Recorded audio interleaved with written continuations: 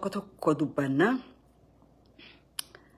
mada nama hukum barbaachisaa miti uumaan torban kana dhaggeeffanneerra namni yoo seenaa hin beekne du'a dubbachuun gaariin ta'uu jechuudha. Warri Oromiyaa bulchinan ja'an kun keessaafu pirezidaantiin naannawaa tokko hoggaa dubbatu yoo pirezidaantii ta'e waan dubbatu ni eeggata. Waan je'u odoo hin jenne duratti eeggata. Shimeen akka zibbaa akka gartee zibbaa kan hoggaa banan tarsa'ee deemuuti hoggaa afaan banatu waan haasa'uun beeku. Shimallis Abdiisaa jechuudha. Haasawa isaa kadhiyoo tana godhe tokko irratti waa'ee tuulamaa haasawee ummanni tuulamaa gaafa naannawaa Finfinneetii bahan dhiibaman yookaan lafa isaanii nyaaphaan irraa fudhatame biyyoota Oromiyaa keessa faca'ee aadaa duudhaasaa dhabee akka malee jiraachaa ture jedhe. Shimee waan hin barreeffamin dubbifte ummanni tuulamaa kanaannawa tuulamaati warri si fakkaatan yeroo san buqqaasanii biyyaa baasan Oromiyaa keessatti akka Oromoo oliyyoo jiraatan malee Oromoo gaditti hin jiraanne akka dhalattoota naannawa saniitti oliyyoo jiraatan malee sanii gaditti hin jiraanne jechuudha. Aadaa isaanii qabatanii duudhaa isaanii qabatanii akka Oromoo jiraachaa turan. Naannawaan beeku baha Oromiyaatti kan hin beekurraa takka ummanni tuulamaa naannawa san qubate mataa isaanii gaccabsanii hin beekan. Ummanni tuulamaa yeroo arraa ati bulchu jirtu mataa isaanii gaccabsanii jiraachaa jiran. Lafa isaanii bara san caala irra gurguramee ummanni tuulamaa lafa isaa dhabee kan jiraachaa jiru bara ati bulchu jirtu kana keessatti. Ilmaan tuulamaa kafaanoo irra jaartee ficcisiisaa jirtu kaaba shaggar ona dharrarratti gadaa ati keessa jirtu kana keessatti jechuudha. Ilmaan tuulamaa kaguma abbaa isaanii nama abbaa isaanii mi ajjeese gumarraa baafannajaa kakka Asaffaa Kuush ka ajjeese si jechuudha. Ilmaan tuulamaa warra sirni Minilik waan fakkaatu ummataaf hime ka ajjeese kakka Daadii Galaan si jechuudha. Duudhaa Oromoo kam Oromoodhaaf himuu barbaadda. Ummanni tuulamaa baha Oromiyaa keessatti akka mootii jiraatanii jechuudha. Naannawa isaan jiraachaa turan deemi qoradhu barbaadii keessa dhaqi. Deem laga mixee dhaqi Asaffaa Qannoo kami jiraachaa ture ji'in. Deem laga Hamaa dhaqi Badhaanee Booshii kami jiraachaa ture ji'in. Deem magaalaa Kombolchaa dhaqi ijoollee warra Gonfaa kami jiraachaa turte ji'in. Cal jettee akka kiintaala gartee harree fe'inaan deemtuutti dhudhuufaan deemin. Garuu ati ummata bahaa ka waliin siifi warri Soomaalii buqqaaftan. Naannawa shaggaritti lafa naannawa lamma magarsaa qubsiisallee irraa fuutanii lafti tun teessanii miteettanii mana irra gaxariitanii lafa san gurgurachaa jirtanii jechuudha. Yaa badahattoota qabrii warra isaanii gurguratu. Ummata bahaa habaqatee isin lafa isaanii irraa buqqaaftanii naannawa san qubsiiftan you don't belong to lafa tuulamaa jettanii gabbaaftanii ariitanii lafa isaarra gurgurachaa jirtanii jechuudha. Ummata bahaa habaqatee Wallagga bahaa keessa dhaqe faannoo ittiin dhachiiftanii fiddanii ficcisiiftanii jechuudha. Dilli Wallagga bahaa san keessa dhume 80% Oromoota baharraa ol dhaqe jechuudha.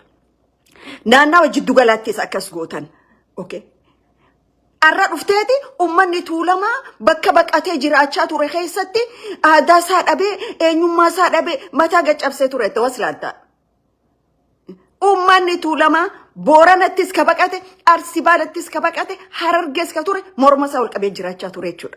Akka Oromootti fudhatee namni loqoda isaanii jaalachaa maqaan isaanii gaa maqaan dura maqaa warra soddoota keetiiti maqaan itti aanu maqaa Oromooti maqaa isaasa mararfachaati jiraachaa ture jechuudha.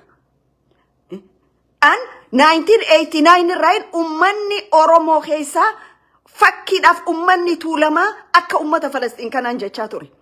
Maaliif Oromiyaa cufa keessa mul'atu sanka godhe immoo warra soddootan keetiitii fi eessumman keeti. Asaffaa Kuush akkami ilma eessuma kiyya ajjeesetteeti miti ka ajjeefte eenyurra gabbaatee waan jechuu barbaada. Tuulama lafarraa balleessaa lafa tuulama gurgurachaa ilmaan tuulama ka ficcisiisaa jiru ati mataa keetii miti.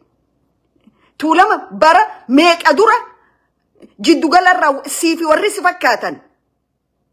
Lafa isaaniirraa buqqaasanii Oromoota kan keessa nagaan jiraatu akka waan dhiitamaa tuffatamaa arrafamaa jiraachaa ture gootee dhiyeessuu barbaadde lakki dhugaa miti. Seenaa dharaa, seenaa dogoggora, chaaptara hin barraawin ummataaf hin dubbisin jechuu barbaadeeti. Tokkoon keenya madaadha qabna qabsoo seenaa Oromoo keessatti. Tokkoon keenya maatii Oromoo keessatti godaaniinsaatu jira jechuudha. Tanaaf gabbaatee namatti hin qoosin.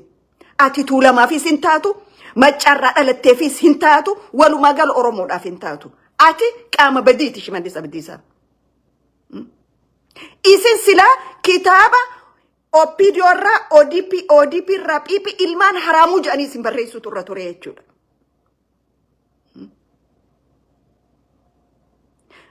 Bara Oromoo waliin dirmatin, bara Oromoo waliin beeyne, bara Oromoo waliin dhageenye, bara Oromoo sirni Habashaa daangaadhaan addaa cicciraa ture sanii ilmaan Tuulamaa lafa isaanii irra buqqaanii naannawaa kana keessa faca'anii jechuudha. Arra garuu bara teknooloojii fi saayinsii samitti ol dhawame ati ummata baharraa buqqaaftee daangaa lafa Oromiyaarraa, ona Jaarsoorraa, ona Nooleerraa buqqaaftee faannoodhaa fi ati mataan kee fixaa jirta jechuudha. Faashishtumaan si caada addunyaarra hin jiru. Tanaaf ilmaan Tuulamaa lafa Oromiyaa keessa faca'anii jiraatan seenaa isaanii hin beeytu hin dubbatin. Waan akka wanni ati irraa beeytu hin jiru. Kalees hin beeytu, arraas hin beeytu. Maqaa isaaniillee dhuuf mooraalallee hin qabdu jechuudha. Arra ilmaan Tuulamaa lafarraa guuree lafa soddoota kee jaartii ta'e soddootan kee warra guraageetiif gurguraa jiru sii miti. Arra ilmaan Tuulamaa dhiiga boochisaa jiru sii miti. Arra ilmaan Tuulamaa dhiiga boochisaa jiru sii miti. Taayee dandaa tokkicha Tuulamaa kan isin keessa jiru waan likkii ta'an isin himeef ol darbitanii miti. Namarra bobbaasaa turtanii waggaatti dhimma baatanii tanii miti. Ati silaa duudaa Oromoo beeyte abbootii gadaa ciibsite irra shantu jechuudha Shimallis Abdiisaa. Tanaaf afaan kee wali qabi Tuulama Oromiyaa keessa faca'uun irraa beeytu hin jiru. Yoo barbaadde immoo faayila gabbaafnee dubbachuu irra danda'u jechuudha nuti. Waan hin beeyne irraa naasaawin. Kana kakara kaanii manguddooleen Soomaalii Koofiyaa samii keessa ol garagalchitee deemtu Koofiyaa hoggaan jiru amantii tuqaan jiru. Koofiyaan amantii kophaadha ta'e isaan deemaniin kophaadha jechuudha. Koofiyaan isaan deemaniin koofiyaa sharriidhaan ol guutamtee keessa kana sharrii guutanii kara samiirra ol qaceelchanii jechuudha. Ta amantiitiif an kabajaadhaan qaba. Garuu sheekottiin tun gariin isaanii warra biyya weestarnii kana keessatti joollee xixiqqoo gudeedee asii dipoorti godhame jechuudha. Warri arraba akka adda addaa deemee Oromoo arrabsee Oromoo ajandaa godhachaa jiru kun. Mootummaa yoo jiraattan warra kana ummata Oromoo irraa qaba. Ummanni Oromoo immoo ofirraa qaba. Hoggaa hedduu sheekottiin teenya hoggaa wanni biraa dubbatame gabbaatee dubbatti. Gaafa namni dhumu hin dubbatan. Fakkeenyuma xiqqaa very simple. Yeroo dheeraan dhaqu in short memory. Gaafa dheengadda Saaniyaa Ziyaadduute namni dubbate hin jiru. Nam tokko sheekottiin cuftee afaan qabatte. Garuu hoggaa wanni biraa ta'u ilka isaanii dorgommiidhaan fiigu hin jiru jechuudha. Maali dhiigni namaa kun dhiiga kanaatu irraa dhiiga dubbatanii fi dhiiga kanaatu irra dhiigan dubbanneef waan ja'aniitu jira laata. Let us think twice akkuma namatti haa yaannu. Tanaaf hoggaa dubbattan ka jiruufis dubbattanii ka akka malee du'eefis dubbadha. An Oromoon tokko miidhamuun qabuttiin amana. Oromoon tokko rakkachuun qabuttiin amana. Garuu haqa Oromoo wal qixa laala. Sheekottiin teenya xiqqoo hara shillaayifattan qabdan. Nama mootummaa keenya tuqe maal jenna kami mootummaan keessan kun mootummaa keessaniif abukaatoo bahuu dura mootummaa keessaniif lubbuu qulqulluu ajjeeftu tana dhiisii jedhan. Ati xabaqaa mootummaatii miti. Mootummaan looyera mataa isaa qabaa jechuudha. Eenyutu abbootii amantii xabaqaa mootummaadhaa godhe. Abbootiin amantii yeroo hunda fair imbalance taphatan. Rakkoo jirtu furmaata nama walloleef araara godhanii jechuudha. Abbootii amantaa tadabballee mootummaa taate an Oromoo keessatti hin arge. Awwaan hin jiru waan tokko irraa na deebisu hin jiru. Dhugaarra dhaabbadhee waan hin jiruuf jechuudha. Kara kaanii dubbii kantiibaa dirree dhawa ta'uu wite tana inyaa higgino minnaas xabbiqa'u jira. Dura ati gaafa gurbaa isaanii haa ajjeese poolisa kililii Soomaalii mana seeraa dhiheessite gaafasi ati dhugatti seera tiisitaa dhabbeeyinaa jechuudha. Asii nama ajjeesaa namni ati dirree dhawaan nama ajjeesifte shiniila dhooysaa seeraan kabaja anaannaan jechuun dandeessu jechuudha. Tanaaf odoo hin dubbanne gaafa situttu kan gabbaatee dubbachuu duratti namni waa hojjetu silent ta'ee hojjeta. Namni waa hojjetu cal je'ee miidiyaa irra bee miidiyaa amaaraa maalirra dhaqee kalaastika adda ifirkiseetii miti. Seera kabajaa waan nagayni dirree dhawaa keessa jiruu fi namni iyyaa'etti nagayni hin jiru dirree dhawaa keessa. Silaa nagayni jiraate baalagoonni warra isaa kun ganamaa galgala Oromoon arrabsanii jechuudha. Baalagoonni warra isaa durriyoonni uteela ati magaalaatti bulchitu keessa qabatanii Oromoon aananii fi qilleedha gurguruudhaaf magaalaa tanu dhufeen jedhanii jechuudha. Okay, namichi dhugaastichi silaa dheengadda yoo gabbee ministertichi laftitu lafa isaati jedhan dubbanne naannawa kana waan hamtuudha dhufaa jechuudha. Seera kabajuun tana biyya mootummaan tokko bulchu keessatti alaabaa mootummaa naannawa biraa fidanii nuti alaabaa tana jala bulleechuun seera mootummaa tiisiidho. I think definitionii seera barachuu sirra jira Khadir Johar. Seera waan jedhan hin beeytu. Seerri si jala caphee jira. Okay.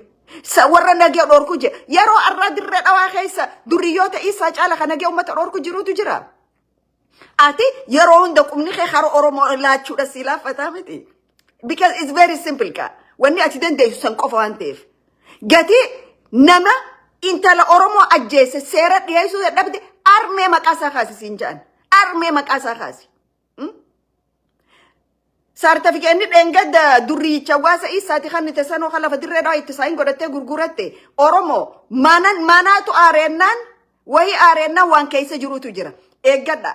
Ani jechaan jedhu kana akkanuma laala dhugumaan isiniin jedha. Arra lolli zeela'aa kun yoo kara tokko bee magaalaan lola irra banuu taa'u iyyaaltichi isaa kan ugaasa ifiin jedhu kakalee abdiilleen Oromoo irra bobbaasuu ture lola lamadaa dirree dhawaa rabbanaa jechuudha. Ummanni isaanii naannawa san keessa naannawa dirree dhawaa keessatti hidhannoo qaban. Do you know that? Mana isaanii keessa ati garuu harka qullaadha teessee waan ni jetta. Ani akka ummanni tokko nagaan jaalala wajji jiraatuun barbaada. Akka nagayni jiraatuun barbaada. Lafa nagaa keessa wanni hedduun jiraaf. Garuu ummata kiyya sablisaa, ummata kiyya arrabsaa, ummata kiyya abaaraa nagayni ittiin hojii jiraatu hin jiru jechuudha. Okay. Tanaaf Oromoon if quba qabaadha. Waan deemu jiru laala. Warri kalee biyya isaanii diige arras biyya diiguu deemaniitu jira. Warri isaa kun mootummaa sadii qabnaa jedhan. Itti aanaan ministerticha Jabuuti bakka bu'eeti achi taa'amoo saba isaa achi jiru moo biyya bakka bu'eeta. An amma akkan beekutti my knowledge addunyaattis Abiy Ahmed namni jedhan Oromoo bakka bu'eetiin taa'u. Mootummaa federaal Itoophiyaa tajaan sanidha. Ummata saba biyya san keessa jiru saba lammoota san keessa gaggee taa'u jira jechuudha. Adam Farah jedhan kun isa bakka bu'eechi taa'a. Adam Farah achi qabnaa waan feene godhuu dandeenya kaja'u Somaaliidhaan Adam Farah meeshaa Abiy Ahmediin jedhan. Meeshaa Abiy Ahmed yoo fedhe buna itti naqatu, yoo fedhe shaayii itti naqatu, yoo fedhe quxxii fi ashara itti naqatu jechuun hin barbaada. Maaliif hoggaa hedduu ololli miidiyaa irra deemu